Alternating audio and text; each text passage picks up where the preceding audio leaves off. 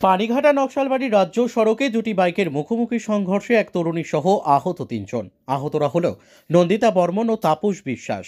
দুজনেই খড়িবাড়ির বাসিন্দা এবং সুশান্ত তামাং ও মনোহর বিশ্বাস মিরিকের বাসিন্দা। জানা গিয়েছে সোমবার সন্ধ্যায় বাইকে করে পানিঘাটা থেকে বাড়ি ফিরছিল খড়িবাড়ির নন্দিতা বর্মন ও তাপস বিশ্বাস। অন্যদিকে নকশালবাড়ির দিক থেকে মিরিক যাচ্ছিল সুশান্ত তামাং ও মনোহর বিশ্বাস। সেই সময় পানিঘাটার কদমা মোড়ে সংলগ্ন টাটারি ফরেস্টের রাস্তায় বাইকের গতি বেশি থাকায় নিয়ন্ত্রণ হারিয়ে মুখোমুখি সংঘর্ষ হয় দুটি বাইকের। ঘটনায় আহত হয় দুটি বাইকে থাকা চারজন। পথচলতি মানুষের ঘটনা দেখতে পেয়ে আহতদের উদ্ধার করে নকশালবাড়ি হাসপাতালে নিয়ে আসে।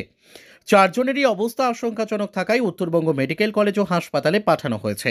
যদিও শীতের মরশুমে সকলে পাহাড়মুখী হচ্ছে, তবে যানবাহন গতি কম এবং মদ্যপ অবস্থায় গাড়ি না চালানোর আর্জি জানিয়েছেন স্থানীয়রা। Bureau report, Kharibari Times.